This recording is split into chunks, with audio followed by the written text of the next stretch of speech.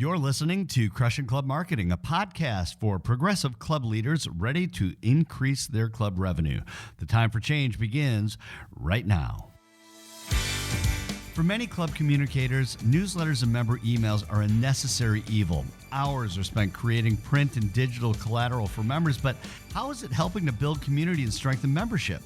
DeConna is a marketing coordinator and graphic designer at the Ranch Country Club in Westminster, Colorado, and he's changing the game for club communications. In this episode, Chris shares his secrets for creating club content that makes members feel like stars.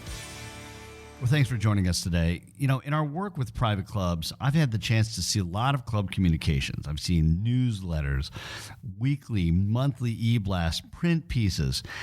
And, you know, for as much work as goes into these pieces, they all look pretty much the same. So when Chris DeConna asked me if I would check out some of his work after a speaking engagement that I had with the PCMA CMAA in Colorado, we were in Boulder, Colorado in February of 2019, I was expecting to see more of the same. Instead, when Chris sent me a link to some of his work, I was blown away. He sent me some of his monthly newsletters, and they were like nothing I had ever seen. He sent me clips to videos that he produced. And as a video producer myself, I was really not expecting much. And what Chris was able to do with a very basic concept and a little bit of video footage was pretty incredible. So I have been a big proponent of storytelling for clubs. And when I saw what Chris was doing at his club, I thought, man, this is a guy who really gets it. So I invited Chris to join me on Crushing Club Marketing. Chris, thanks so much for being with us today. Thank you so much for having me. It's a pleasure to be speaking with you. Yeah, no, this is great. And for you listening at home or on the treadmill or wherever you are, Chris and I recently got to get to know each other at a CMAA, PCMA event in Boulder, Colorado. And after my talk, Chris, he came up and said, "Hey, can I share some of my work with you?" And people don't usually do that, just so you know. So it was really cool. I appreciated that. So let's start with this, Chris. You know, when you create content, when you are putting together your club communication, what is your primary goal for the content that you create? I think for me, it's about imagery. And so just recently, we have like a wine tasting event and everything. And so everyone is going to use a glass of wine or a picture of corks or something like that.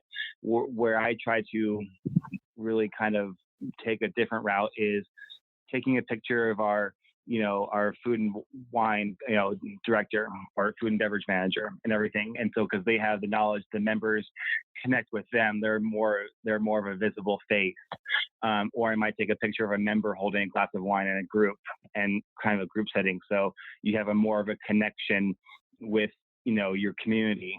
Or, hey, my friend's going to be at this wine tasting event, or I know that Joe, our, food and beverage, or Jake and everything, they're the ones kind of presenting it. So it makes more of a connection, not just like having a stock photo of something rather than, or yesterday, just, we're promoting a golf tournament where I'll have not just like a golf, like the standard issue golf ball stock photo or a picture of the course, but you're actually taking a picture, like an action picture of a member on the course or that sort of deal. You kind of put some cool text around it. So that's how my first approach to making that connection or that, that familiarity with the event, not just a stock photo or just a standard image, The primary goal for you when you first start out is that you want to make a connection with the reader that goes beyond just like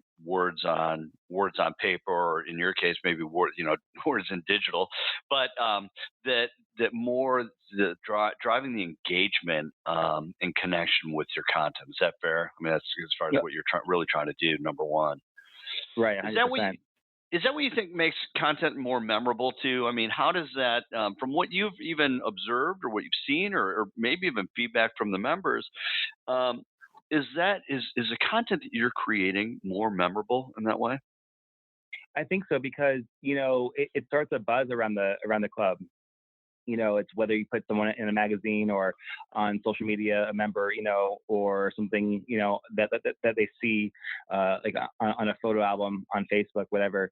It gets the community talking. Like I've been around, like, oh, I just saw so and so. I just saw you, and it's a conversation starter, and people can get a good. It's a good conversation starter, and that's how you build a community. It's how you build the conversation. It's how you build the camaraderie. Sometimes you might the photo can be something funny or someone doing something funny on the course or good action photo, but people, other members recognize that, and it you'd be surprised at how much of a conversation starter it can really be. And then from there it can just really build, like just the sharing a laugh or sharing a moment, and that sort of deal. So that's always great to see. Yeah, and having sat through one of my talks, I mean, it's one of the things we talked about out in Boulder as well, is just how images, stories can connect people in ways that that you might not realize. I mean, I think actually, don't you think a lot of us actually know that those images and stories about people, think when you see someone, they go, oh yeah, I remember that person, and we know that it creates a connection. But why do you think it's so difficult for people in your role? I mean, you hear all the time people that have a job similar to yours. They're almost stuck in doing things a certain way. What do you think is the biggest challenge or barrier from crossing over from maybe that traditional club newsletter or communications to something that's just a little bit more dynamic and engaging? I think it's tough. I mean, you just look at. I think and I'm guessing here a little bit. It's kind of based on being in Colorado and the clubs here. It's I don't think the staff size. Many staff members are wearing multiple hats, so you're being pulled in several different directions. You might be putting out a fire one day.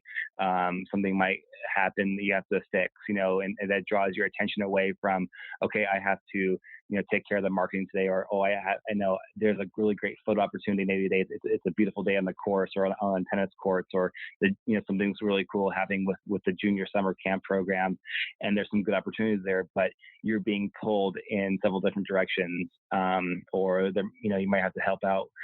So it's hard to parse out time, because you're wearing so many different hats. And so I think that's one of the first challenges that a lot of departments and staffs or administrative staffs face.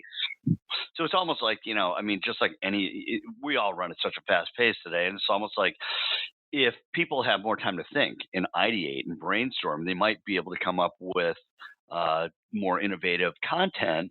But because people are, if I'm hearing you correctly, because people are being pulled in a lot of directions, it's probably just easier to go to what you know and what's been done rather than say, hey, I want to reinvent the wheel today because I got a bunch of time on my hands. I mean, that is nothing. That's one of those that's never been heard before, I think, in your role. Right. I mean, for people. Yeah, go ahead. Yeah. No, and I think, yeah, because it's like, oh, we have to get this newsletter done, and we only have a couple of days to turn around, and okay, let's just keep it as is, or okay, we'll get to it next month, but we still get something out, you run into that sometimes too. I know I've been in that situation before where time is not your friend, and right. And so yeah, I mean, like I totally get it from that perspective as well. Yeah, let's come back to that because I think that people would be interested to learn how you are able to manage that. But before we do that, let's take a step back. Let's talk about your background because while your work would indicate that you probably come from a publishing or magazine background, that's really not true. Can you share with our listeners what your background is and how you got to this point at the ranch? Right. I kind of had like two different kind of professional lives, if you will. So, I lived and worked in California in athletic media relations. So I worked at the collegiate level. So I worked at Division I schools like Long Beach State and then University of California in Berkeley with the football team, softball team, and women's swimming team. So, being around athletic environments, you get exposed to, there's like some of the best athletes, in the country and the world. Some, around some of the best coaching minds in the country, and you really get to see how athletics and just plays a role on the college campuses. And then you work with the marketing departments, the promotion departments, and so for me, being in media relations, I was kind of in charge of the statistics, the press releases, setting up player interviews, just kind of on a bird's eye level there. But then so you're also working with the marketing departments and the promotion and several other departments. So you get to see how things get promoted and marketed.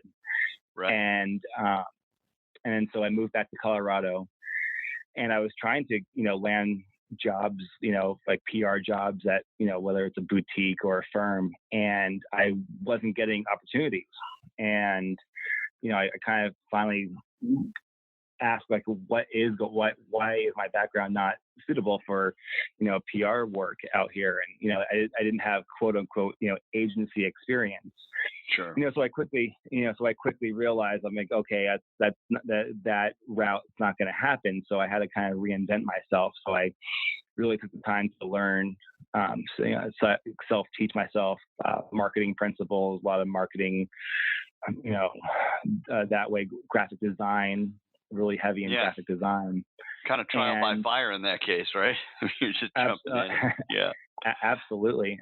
Yeah. And, then an opportunity popped up at Valley Country Club in August of 2014. Pause really quickly on that, Chris. So if you're listening and you're trying to piece this together, you graduated from Colorado at Boulder in 2000. Mm-hmm.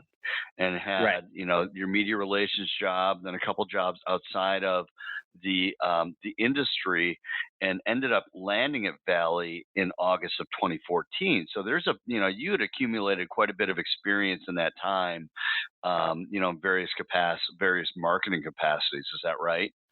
Right. Yeah. Exactly. Yeah. Okay, so now it's 2014. You're now at Valley Country Club, and sorry, I just wanted to jump in so people could have a sense for where you were in your career at that time. No, absolutely. And then after my first summer, so I went through a first summer there, and some of the things that I noticed right away were like there weren't that many photos taken of events or that sort of deal. The graphic design was pretty standard, and so it allowed me to kind of feel my way of like how I want to make things happen or build a creative platform for the club. While the resources and sometimes, as we all know, resources in private clubs can be really limited. However, you've been able to make do with what you have and some of the skill set, that you've accumulated through the years, which I think is a great testimony to your ability to innovate and create new things. I do want to ask you, though, just backing up to your experience in media relations. So if you're listening and you're not familiar with media relations at the collegiate level, it's like a university or athletics department PR agency, and you handle all the public relations for the athletics departments, and different people handle different teams, et cetera, just depending on the size of the university. But with that said, Chris, to this day, I mean, you and I talked about this. That you pulled away a lot of your inspiration in your work that you do at Valley, and the work you did at Valley, and the work you're now doing at Ranch, came from that. Can you share with people like how you're able to incorporate what you see in collegiate athletics and the things they're doing with the work that you do today? Oh, you're totally spot on with everything you just said there. So the turning point for me came, I'm pretty active on social media, just following a lot of teams. But the turning point for me came. It was a few years ago. It was a regular season game between Clemson and Notre Dame football, and Clemson. It was like on ESPN, really close game. I think Clemson won by 3 points, whatever it was. It came down to the final throw, and afterwards, the the creative team or whoever at Clemson, they're in the locker room and they're showing the post game celebration and the music is set. So there's a Drake and Future song, and it's playing in the background with Coach Sweeney dancing, the players dancing. Yeah. And that was, I've never seen anything like that before. Like this post game celebration. It was just like 6 seconds. I think it was on Vine maybe when Vine was around. Mm-hmm. And that just sparked something in me of like, wow, what are they doing?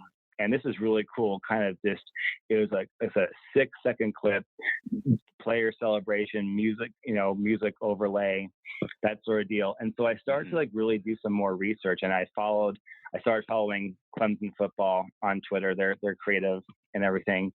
And I started looking at the graphics they were making, so anytime like All-American candidate or whatever, or a game day poster. And I started looking at the elements that they're using in the design, whether it's video or static graphics. And I just started to read more about, just follow their, what kind of graphics they're making. And then I started following other college teams. I'm like, wow, Texas football is doing this, and Michigan football is doing this. Duke basketball is doing this. I caught wind of there's this tremendous, there's a lot of just tremendous creatives out there. And the videographer for Duke basketball at the time, I think his name is Ty Rogers. I just follow him on Twitter. And I started looking at the videos he started doing for Duke basketball. He's now with Michigan football. I'm like, wow, this is like next level stuff that I really want to learn. And I really want, for me. So that really inspired me to see what other creators are doing. And everything. So that's how it all kind of started.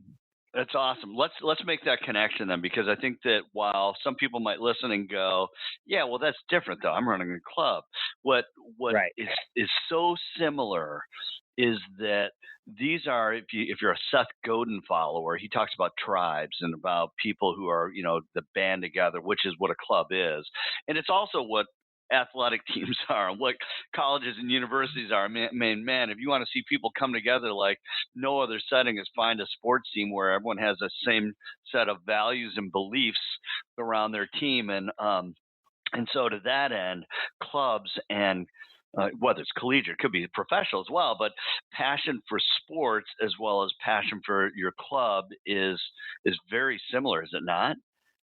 Well, absolutely. So I know it seems kind of vague what I was saying, but, for me, I was trying to make a connection of like, okay, how can so for me, it was like, yes, golf and football highlights are not going to be the same.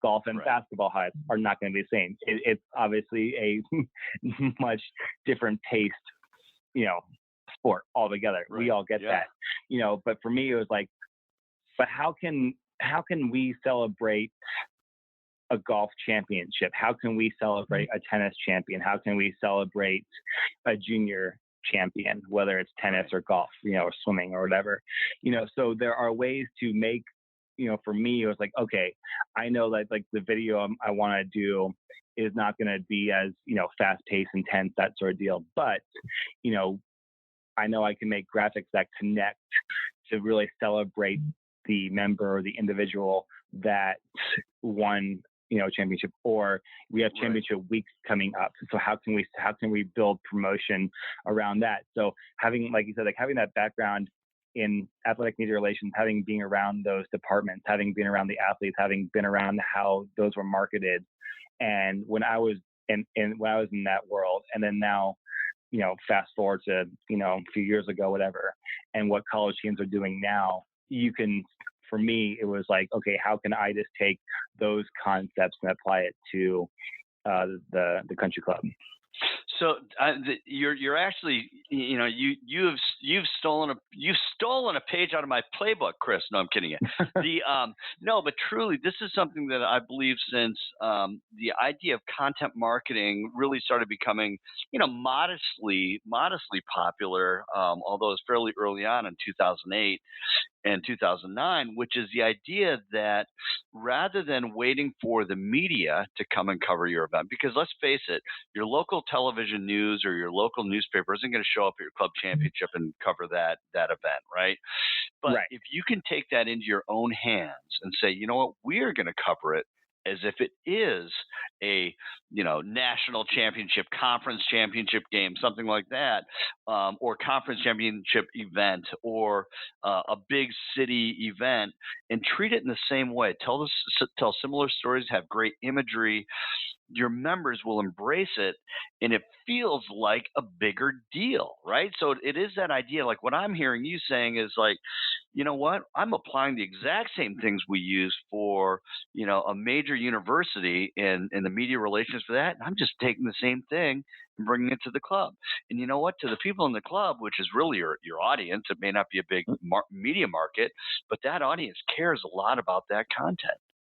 You are 100% spot on, and that's exactly what happened. And I remember like the kind of the first, my skill set evolved, but I remember doing like the first kind of championship week. It was just a flyer, and I just found some, like I'm on Pinterest, and I have like a Pinterest board of inspiration. I have like just close to 2,000 pins of boards that inspire me. And I just remember the first one, and it just caught, if it catches like one member's attention, and she had emailed the GM, she's like, this is incredible. And it was just like a simple flyer that I did, but that was kind of the start of it. It's like, you just get one member, and then it slowly starts to build.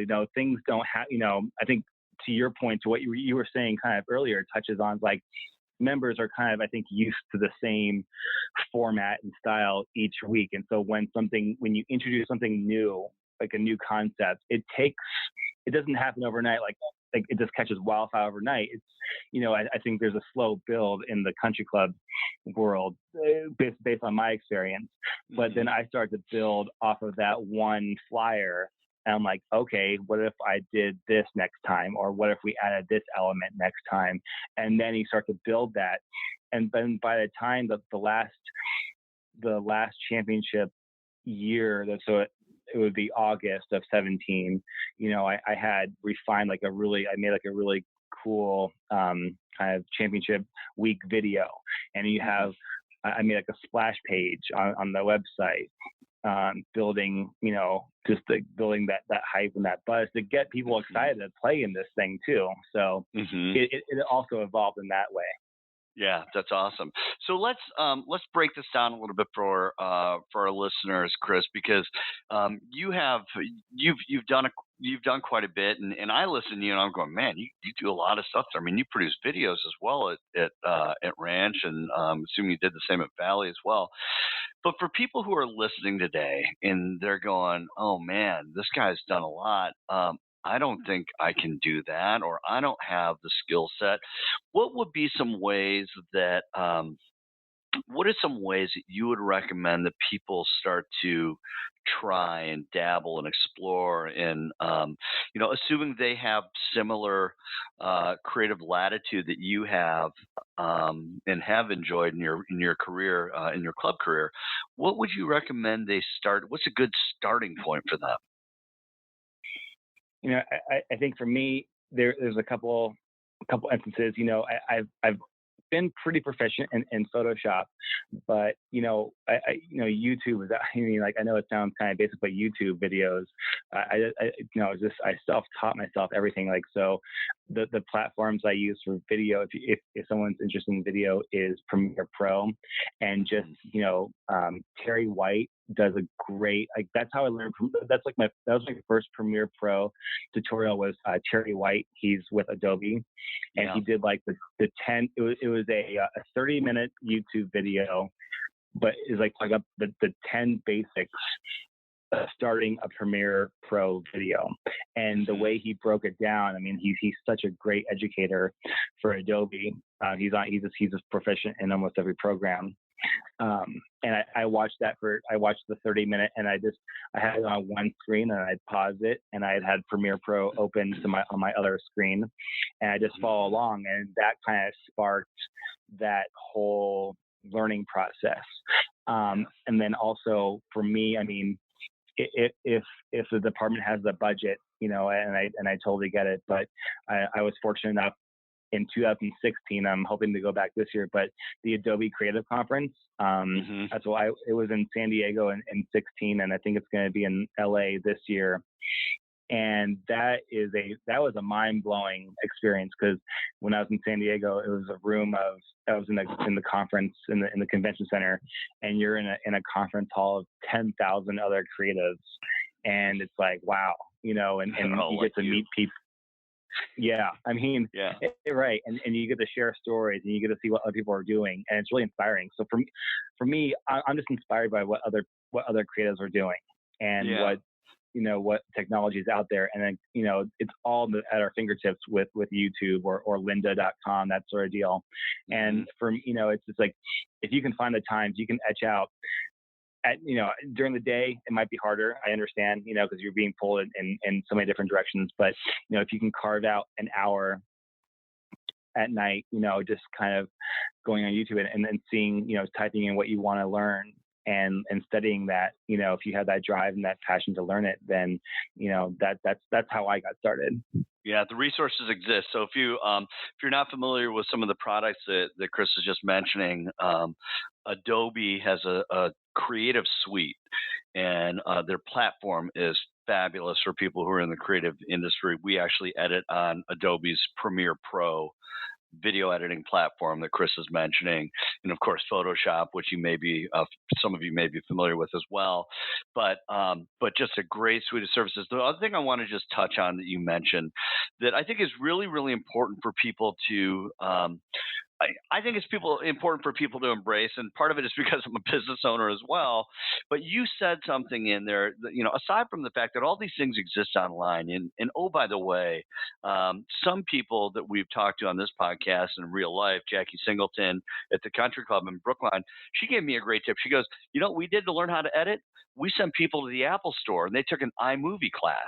And they, it's totally free. And so I thought that was a great idea. But you said something interesting, Chris, in that, or it struck my ear, where you said, take an hour at night to do this. And you have a passion for this work. You have a passion for creative, and it translates beautifully in your work, which probably makes your work feel less like work and more as an outlet to your creative, although I'm sure you have days that feel like work. Right. If someone is, and this can be a really big barrier for people. I mean, we both know people who are like, hey, if they're not paying me to do that, why should I do that? And my thing is always, well, maybe it's not the right line of work for you.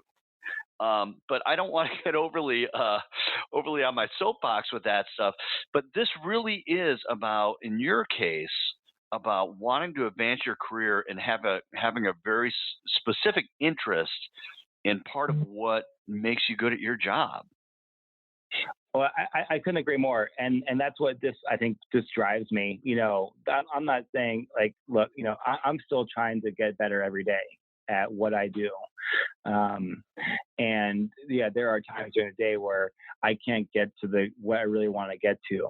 And so for me, it's that time is at night, and I'm very lucky to have a supportive wife who, encourages me to do that, because it can be tough. I mean, like, I'm not saying it's easy, but it's not easy that at 10 o'clock at night, I fire up the computer. I'm tired from a long day.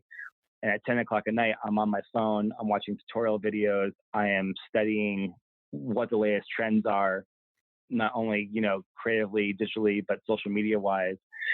If there's a conference in town, I'm going to try to etch out time to go to that, even though, because I just want, for me personally, that's what drives me to get better, and then to push myself.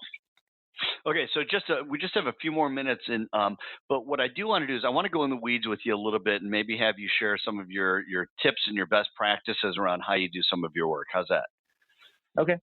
Okay, so let me ask you this: how do you find time, like during the day, like because you might be doing all the stuff at work at night, but then like during the day you get into something, someone comes by and they have a special request or something happens. How do you juggle, and how do you manage all the multiple hats that you wear? It's really tough. I mean, I'm not gonna lie, but there are a few, one of the things I've learned is like, and I really try to adopt this is, work smarter, not harder. And I think and I'm not the first person to say that. That's not a huge revelation, obviously, but there are a little bit of hack, little life hack here for creatives and learning. There's an amazing marketplace.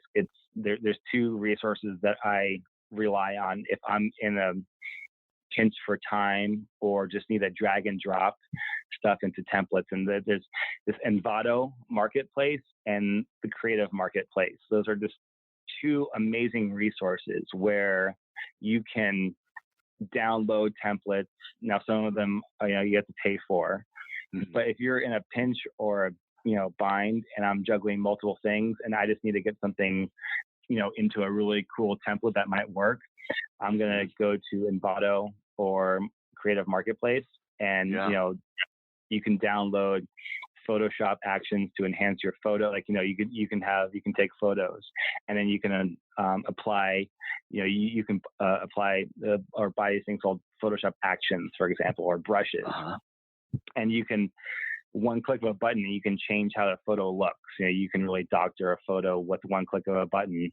There are people there are people, and like we talked about those, I think, and especially in today's collegiate athletic marketplace, where you have a staff dedicated to just doing graphics or just doing photos or just cutting out players and that sort of deal.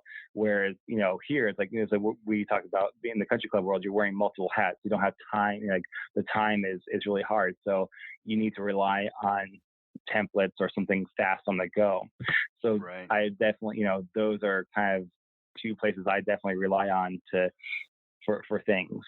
So Envato is EN as in Nancy, VAT as in Tom O.com, right? Envato. Yeah. So yeah, and right, and so they that whole marketplace can be that's anywhere from templates to video templates and that sort of deal. So there's a lot there, and also Creative Market really provides you just type, you can find different font and also fonts as well. Like if you're trying to find a cool font, $20 can get you like a really cool brush script font. It's $20, but it can really enhance a piece of collateral. A lot of great resources in there for people who are creative, looking for inspiration and tips and things like that. That's awesome. Mm-hmm.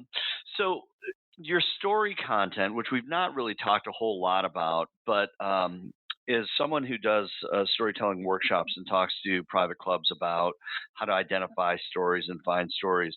I was blown away by the stories that the stories that you uncover, but also your treatment of information that for a lot of clubs is just like, just throw up in a date and a note about it and just be done with it.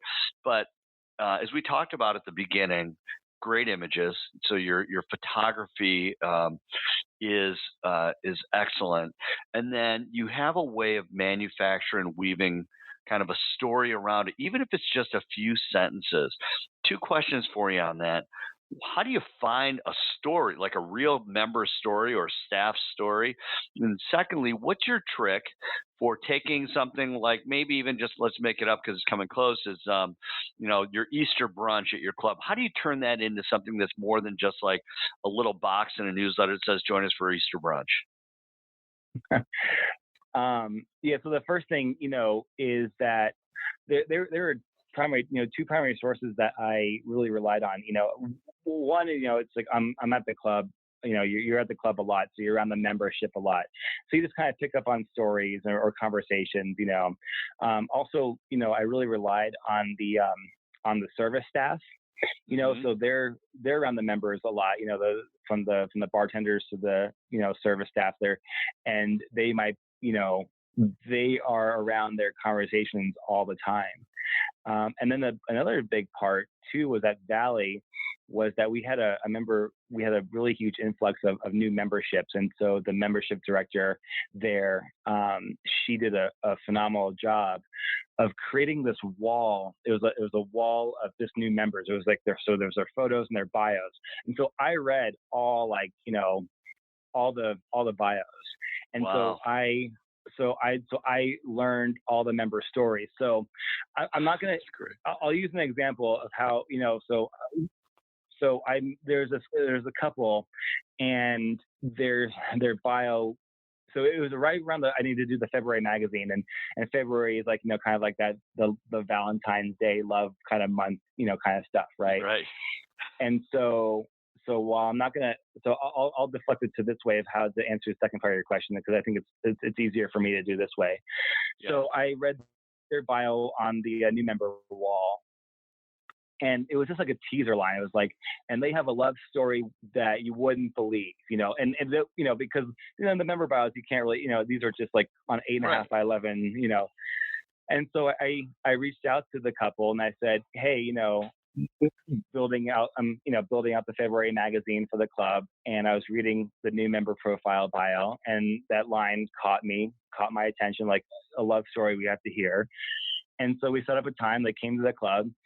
I interviewed them and listened to their whole story, and then all of a sudden, it was a pretty remarkable how they became married. And so we turned that story into the February, kind of like a feature story. We took their photo. I just took their photos around the club or outside the club, kind of made it, kind of impersonal, laughing, good-hearted nature kind of photos.